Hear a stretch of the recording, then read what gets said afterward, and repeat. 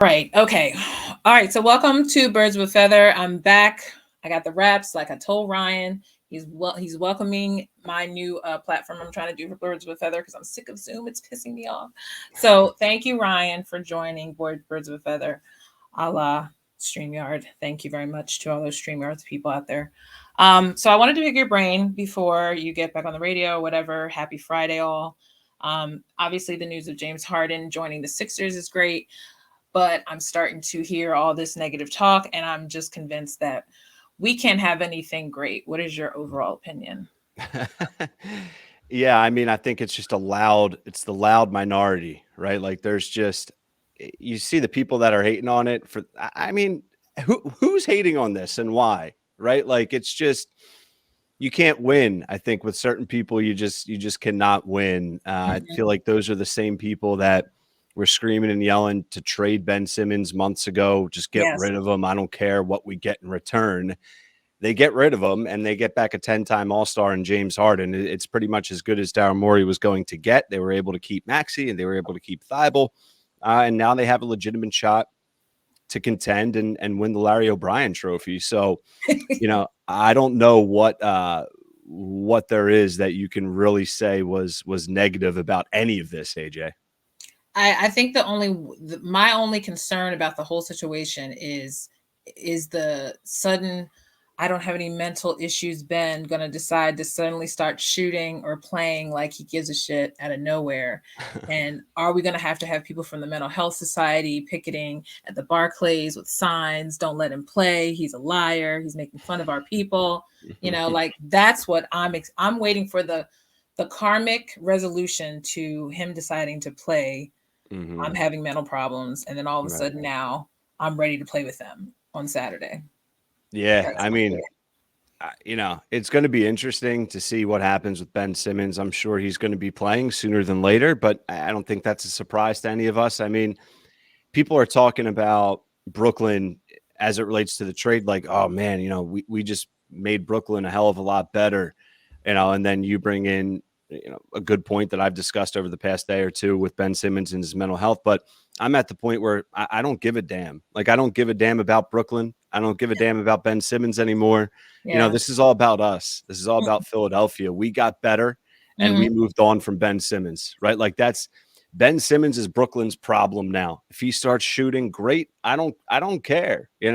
and he's going to have to deal with his bed, right? You made your bed, you got to lie in it. So Right. that's his problem now. I mean, I'm not going to lie and say I'm not going to be following the story. I of course Come on I of now. course will be, Yeah. I of course will be, and I'll continue to make fun of him any chance I get. But um, yeah, for me, this is all about Philly. Now I think that I kind of knew that Maxie wasn't going. I was even willing to even tell myself, rationalize when I was trying not to follow it, but it was hard not to follow day by day.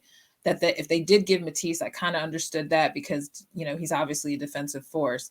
But then I felt like that wouldn't be fair to us too, because nobody else really plays as strong of defense besides Ben at the time, on our team that we can really speak of. I kind of was mad that Danny Green was still on this team. He's the I was worst. hoping they would get rid of bow-legged Lou, as I call him, because he's so Bow pigeon-footed. legged Lou. He's so pigeon-footed. Have you seen the video of the guy that makes fun of how every guy releases the ball on the Sixers? Yeah, Oh, yeah. I love the way they did, because Danny's hands and the I way he's know. like, He's so bad. He's so what happened to him, man? Like I he don't, you get two rings, your body falls apart. I don't he know. got old overnight. I'm just saying, like, she must have really worked him on wedding night, because I know he got married, so now he broke. Now she done put it down, and he's just like, oh, I'm just here Yeah. working out my contract. Yeah, But work for Joel Embiid. He's living that life with the newborn, I and I know. feel like that's benefited him, but maybe not so much for Danny Green. I think it gave Joel a purpose, because I think as much as we love that he entertained us, I think he Mhm. realized, like, I gotta stop bullshitting. Like, this is my last, like, what, 3 to 5 years maybe on this team. I got to make him the best I can. I don't think he was really taking charge as much as he could have as a teammate. And so I think that that pressure of him and Ben sharing that, whatever that spotlight was supposed to be, Yeah. Ben obviously wasn't willing to do his fair share, because I think his version of what a basketball player is and what America wanted him to be, especially on the Sixers, didn't really coincide. So I think Joel realized he was going to have to foot the bill no matter what. And so I think once he had a son, he really realized, like, I don't want my legacy for my son to be like, you didn't even try, Dad. Like, you didn't even push the way you could have. Right. So Right. I think he was almost even, and I have that fear too sometimes. Some people are afraid of success. Maybe Joel had a moment where he didn't realize how much work it was going to take. And he was just like, I don't want to think about that right now. It's too much of a responsibility. And now he's like, fuck it. Like, what am I going to do? It's my squad. They upped my contract. Like, I got to do something. And honestly, I especially with COVID, I think also too, which I'm sure changed a lot of players' lives who got COVID and got it bad. He obviously is one of those people that was always kind of targeted as the guy that's always hurt, always sick. So I think that once he almost really literally felt he had his deathbed coming, that was another motivation to be like, fuck, like I gotta live my life. I gotta, this is his squad. And, people like Tobias, as much as he gets so much crap, mostly from male fans, from what I've seen. I think Tobias was always male fans, did you say? Yeah, a lot of male fans. Why did you say that? Why do you say that? Why do you think that? Because every male, well, I guess from my TL version, I see every guy crapping on Tobias. I don't hear girls. I maybe hear one or two girls say like, oh, Tobias. Why do you think that is? Because I think that guys think that Tobias doesn't have a spine. I think they think he's soft. And I think that like women, we just like hate when he doesn't make a simple layup when he's made it before. And I just kept trying to put it off as like, well, he had COVID. And obviously if he wasn't vaccinated, that diminished any strength he had left. So, him missing layups repeatedly this year was annoying, especially because last year he played out of his mind. So it's like Tobias in the playoff time is key. But I think it's also, well, I made the joke and only Black people would understand this, but I used to always make the joke that it's a light-skinned brother thing. They're just softer than the dark-skinned men. And, that's why, Joel had to defend his tribe. So, most of the light-skinned guys can't do nothing. But I don't know what it is with Tobias. I think it was a head trip. I don't think he was used to criticism either. But I don't think it just came out weird with Tobias, whereas all of a sudden he was cussing at the fans. And it was like, the freak, what is wrong with him? Yeah. So I think it really frustrated him that he wasn't playing to the best of his ability too. I agree with that. I mean, he should be frustrated, and I'm not a fan of Tobias Harris, but I don't think I don't view him as like not having a spine. I don't think he's a great fit with Joel Embiid, but he has an opportunity to prove me wrong. Like, listen, he's a guy that, like, I went to a game a couple weeks ago, and this is just an example of Tobias Harris, in my opinion, where he's a stat sheet filler. Like, you look up, you can watch a game fully locked in as a fan. And, you look up in the fourth quarter and you're like, Tobias Harris has 20 points, 8 rebounds, and 6 assists. And you don't remember one of his buckets. You don't remember one play. I just don't feel like he makes an impact on these games. Maybe I'm being a little bit too harsh, but he has an opportunity now with James Harden and Joel Embiid. Of course, that's nothing new, but he's the X factor. I said it yesterday on a show here locally. I was a guest on. I said, Tobias Harris is the X factor. We can talk about Joel Embiid and James Harden all we want. They're most likely going to get theirs, and they're going to have their success individually and, as a duo. But what can Tobias Harris do, and what is he going to bring to the table to help get this team over the hump? He has the opportunity to shut people up like me and prove, people that maybe have defended him right, come playoff time this year. So he has a really good opportunity on his hands right now. I think that he showed a little more fire last year when he thought he should have deserved to get. Was it this year? He was snubbed for All-Star. Last year for the All-Star game. Yeah. That was the time that it seemed like that lit a fire in him, and I think it was almost like synonymous. I always try to link the other squads, but like when Lane Johnson's always passed up for All-Star, every year, and he everyone always goes, why is he always passed up for Pro Bowl? But I think it's that same kind of thing. Like you said, you can fill up the stats, but are you really memorable? Like, are you putting a stamp on your name out there? Yeah. And I do feel like I always tease that Tobias is more fired up when he's fouled, because I feel like he hates being fouled. And then when he does, all of a sudden he hits like threes from like Texas. And I'm like, is that what it is? Like, does he need to get pissed off and get fouled early? Because he never understands why he gets a foul. And I'm always like, yo, Toby, like, it happens. It's basketball. Yeah. But you're saying when he gets called for a foul or he gets fouled on offense? Either or. I just Okay. don't think he likes either being accused of fouling or getting fouled. I think he hates that whole because I think one, it messes up his flow. Like I think he feels like as soon as he gets like it's like stop, he's like, like he gets all Mhm. thrown off. Like I think I heard somebody describe him as a rhythm player. Like if he's not in the flow, then he tunes out or he falls Mhm. off. And I feel like the playoff Toby needs to show up for real this time because if they get past the second round this year, I didn't even expect this year, but if they get past the second round like they seem to be stopping at a lot lately, that'll show that the Harden trade was worth it. To me, it doesn't mean anything now. I personally don't even know if the motherfucker is happy to be here because I haven't heard anything on social media. So I'm like, does he even give a shit that he came here? Like, Harden? yeah. Nah, he has to be happy. I mean, from all of the reports, he has been wanting. He said he wanted to get traded to Philadelphia. He reportedly only wanted to get traded to Philadelphia. I mean, he seemed miserable in that situation in Brooklyn, especially recently. So, Yeah. but you're right. Like this is a guy in Harden who has, if we want to be negative, weaseled his way out of his last two situations. Yeah. So, at some time, like it's like a dude or a girl that gets divorced two Yeah. or three times. It's like, oh, it's not me. It's like, well, bro, at some point, it's That's you. that's It's what I you. believed. Yeah. I wasn't one of those people that was a fan of him coming. I personally wanted Bradley Beal, but then I fell off Bradley Beal when I was like, he was against vaccinations. And then he got vaccinated. So then I was confused. I was like, what the frick is wrong with this dude? But he's Yeah, a good player. I think when they played them in Washington last season, you just noticed a lot of interaction with Bradley and Embiid and all the other players. So I thought, oh, he's a great dude too, yeah, I think he's a Bradley good Beal. dude. And I met so, Bradley Beal. wait, how? Well, so my dad works for MGM, and my dad used to work at the MGM down in DC, Mm, and Bradley Beal was there a lot with his wife. mm, And I was there one weekend, and Bradley Beal and his wife came in, and they give him like this private back room that has like a roulette table, a blackjack table, basically for mm, high rollers, mhm, celebrities. mhm. And my dad brought me back there and met him, and he's just like the nicest guy. His wife's even nicer. Mhm. They're just great. They're great people. So They for what seem that's like it. worth. It's just I didn't my whole thing was like because we're even though everybody's rolling down mandates now, it really shouldn't even be a big deal after the season. No, But I completely understand where you're coming from you know with what I'm that. saying? Yeah. Like, Yeah, but yeah. I liked him as a player and I liked him Mhm. as a shooter, and I felt like he was more consistent. And then I thought if it didn't happen yesterday, I said, oh well, there's a better shot we could get him in the off Mhm. season. So Yeah. that's why I was kind of like, I just wanted the talk to stop. But if nothing happened, I thought, well, maybe they have a greater chance of getting Beal. Yeah. Maybe they have a greater chance of getting somebody else and Beal. Yeah. So there were a lot of kind of weird trades that happened, but I just wanted to pick your brain because I'm thinking most guys like yourself who podcast or any of the guys on national media, there's always this temptation to kind of always make it seem like Philly did something wrong when it's like Mhm. Philly just wanted to be contender in the first place. Yeah. But Ben messed the whole flow up. So it's like now that it's obvious that he wasn't a fit, like you said with Tobias, now you kind of question, well, who else are we willing to sacrifice? Mhm. And when Tobias's name was even put in some of those rumors, I felt bad for Tobias because I thought Yeah.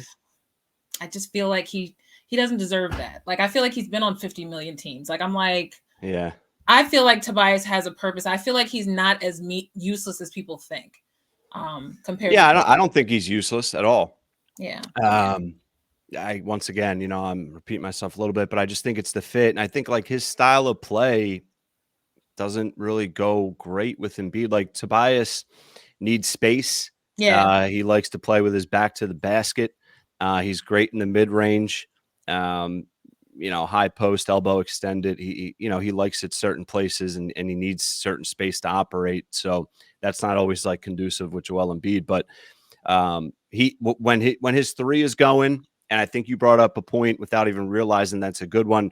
And this is for anyone that's played basketball. When you get to the line early and you see the ball go in early, that just eases up everything for you. It helps you get in that rhythm, like you mentioned, AJ, gets you into Mhm. the flow of a game. So Mhm. Doc he did a great job last year, Doc, of making it a point to get Tobias going early in the first quarter of Yeah. games. I'm Mhm. curious if he goes back to that now. Because like I said, once again, like James Harden and Joel Embiid, they're going to be able to get theirs. Can we get Tobias Harris going early in games? And that's just going to make them that much more dangerous. And especially because you notice our team isn't known for handles. If there's one thing I am jealous No. about with Kyrie Irving is did I say right? Kyrie Yeah, Irving. Kyrie. Yeah. Yeah, is that I love his handles. I respect his handle game. I love the fact that the dude plays One like of the he's out best there all on the. time. I mean, and that's what's so maddening about him as a personality. And it's fine as a sports player, you don't have to be likable. You just have to play ball, and Mhm. he definitely is a baller. But I feel like that's something that even Embiid made a point to say in some of his pressers lately is that he's trying to work on his handles. You know, he's watching a lot of tape with Jordan and stuff, and I like that because Love he it. didn't do that much of a step back like he's been doing this season. You know, he did it a little bit last season, but I feel like he's even doing more of like being aware of his body. Yeah. Um, you know what Yeah. I'm saying? Like that to me is a mental improvement with him because I don't think he's aware of his limbs sometimes, and that's why he was He's a getting all little those. goofy. He's a Yeah, little yeah. Like goofy. when you have that much Yeah. power and you're this Yeah. Amazonian of a man, you Yeah. don't realize like you can take people out with just one swing of your arm. Yeah. And so I think he's been making a point to physically be aware of his body. And I think that's definitely a sign of maturity. But I have hope that at least they can make it a more fascinating fourth or fifth seed. I didn't even know what to think, Ryan, in terms of placing. I just want them to be easier to watch. Like I couldn't stand watching them sometimes. You know, it was just like annoying. And sometimes I've even missed a whole game because I'm like, I don't care. Like I just feel like they have no flow. I love Maxey to death. I wish there were like 5 of him on the Yeah. team because his He's great. energy is unmatched. Yep. I love that he loves the team. And I just love that him and Matisse to me are signs of hope that you don't always have to buy into this whole Negadelphian thing with players in the city. Like you want to see guys that are excited to play. You kind of Yeah. miss that. We haven't had that in a long time. They're You great know? dudes. Yeah. And so other than that, I just wanted to switch it to Super Bowl real quick. Yeah. I'm all for the Bengals hype. I don't know about you. I Mhm. love Joey B. I called him Macaulay for the now I'm just gonna stop calling him Macaulay Culkin because I feel like he's earned his own name. He's just a simple guy from Ohio. Yeah. But I like their story. I don't expect them to win, but I wouldn't be shocked. They can't seem to protect him. So I don't expect him to stand up too often unless he knows how to run and escape a lot. Yeah. Because the Rams with that Aaron Donald guy with no neck, taking No over. Neck Donald. No He's a neck beast. Donald. He's a But how do beast. you feel? How do you feel? I'm going with the Bengals. The Rams are the better team. Mm-hmm. They're stacked. You bring up the Bengals offensive line. It's a great Mm-hmm. point by you. You know, the Titans got to him. Ain't even saying it. I mean, Yep. they sacked him 9 times. Mm-hmm. You should not win a game if your quarterback gets sacked 9 times. Like Exactly. period. That just doesn't happen. And Right. they somehow made it happen. Then they fall down 21-3 against the Kansas City Chiefs and Patrick Mahomes. I mean, Mm-hmm. if I told anyone that before that game, 100 Yeah. out of 100 people would say the Chiefs win. Not the case. So, Yeah. just because those crazy situations happen doesn't mean they're going to win this game, but they True. feel like a team of destiny a little bit. If they can weather the storm and they can get knocked down and still find ways to win games, not just games, playoff games. Yeah. I like their chances, man. I like them to cover. I took the Bengals plus 4.5. So, just make it a close game, and that's a bet that I feel good about. So, You have to teach me how to do that. I don't know what that stuff means. I'm not no, very good at. No, I'm literally guessing on FanDuel. Sometimes I win $2. Sometimes I lose 5. you I don't don't know what understand it. you don't know what plus 4.5 is. Like The you, lines they don't mean anything to me. Like I'm like, what does that mean? Like someone tried to break it down to me, and I think my eyes glazed over twice. Like all it's right. one Well, I of those won't bore things. you then. I won't bore you. I won't. No. I I explain listen it. to your podcast and I do try to follow, but part of me is like, I don't know what the hell that means. I just know by teams. Like I just want to pick the It's all right. dudes who I think are gonna win, Like I feel like a blonde talking like that. Like, I don't know. Show What does it me. mean? What does it Yeah. mean? Uh-huh. But yeah, no, I think this game is definitely exciting. I think they almost had like with the Eagles having where 2017 did not look like the way it turned out to be with Yep. this team. But Mhm. I definitely am looking forward to the halftime show. I want to see how long and possibly if Gin and Juice and or What's the first song, AJ? What's the first song oh they yeah, come out that should with? be a prop bet. I think the first song has got to be Snoop. What's my name? They got to do it. They got to open with What's My Name because Snoop is California. So I'm For thinking that sure. they should open up with him just because they kind of teased it when they did one time when they did half like with Big Boy and he came out with the Cadillac or whatever. I Yeah. feel like at some point there's going to be a car involved and there's Uh-huh. going to be, Snoop Doggy Dogg what's my name in the beginning, and then they have to. I think there might be a pole dancer. There might be a pole dancer at some You think point. they're going to go pole dancer? That'd They be might extreme. pop. Listen. I'd like it. I'm on board with it, but I Look, don't know. I I don't know mean, if they go that direction. I would like it though. Lopez did it part of her show with Shakira. She was on a pole. She did the whole turn That's for true. That's her true. Hustlers movie. So that's what I'm saying. Like at some point, that from the next episode, they're gonna drop some money. Something's gonna. They got to give the old school '90s hip hop feel that we all remember them for, and then they're gonna have to go into some recent stuff because then Eminem's probably gonna come and do his stuff. But They he might do it usually like stagger it. There's 5 performers I think being billed for the yeah, halftime and show. Mary They're J. not I gonna. think I heard. Yeah, Mary J. I love Mary J. Blige. But like I feel like they're gonna. They always stagger it. So like if they start with Snoop, then Mary J. will come out, then Eminem will come out, then Dr. Dre. Like they'll start just adding people to songs. Yep. And then obviously California Love, but that's probably gonna be the ending song or somewhere in the middle. Yeah, but and if they can't do the Tupac part unless they decide to like open it with him and then have Dre do his part and then end it. But I don't know. I mean, there's so many things they could do with it, but again, they have like 5 minutes, 10 minutes, so it's like 20-minute show. So it's like I don't even know if they can even do half of the songs that we all think. But I do think the opening should be "What's My Name," Snoop Dogg. All right. And I think that Mary J, if I heard she gets one song, I guarantee she's going to do just fine. I don't see her doing either that or the dancery song that I hate that everybody loves. Let's get it cooking. Oh my God, they're gonna play that. They probably are. It's whatever the commercial hit was because they got to be safe, So, but I thank you for making time because I wanted to just pick your brain. And this is like one of our most weirdest periods in between sports because it's like the Sixers could make the playoffs, they couldn't. Anything can happen. The Nets could come out from the grave once KD gets back. But it's an exciting, weird time. So I figured I'd just kill time and just say, hi, Ryan. And then also say, help me learn how to do betting, but I'm going to just keep listening to your pod. I'll help you. Whatever you need, AJ, hit me up. I'll try and help you as much as I can. Yes. I'll try not to sound too like, help me. It's just, it's all right. It just I have no problem with it. All right. Well, you take it easy, and I'll see you again. I'll see you online on Twitter and stuff. So absolutely. No, I appreciate you asking me to come on, AJ. Anytime. Have a good Friday. You too. Bye.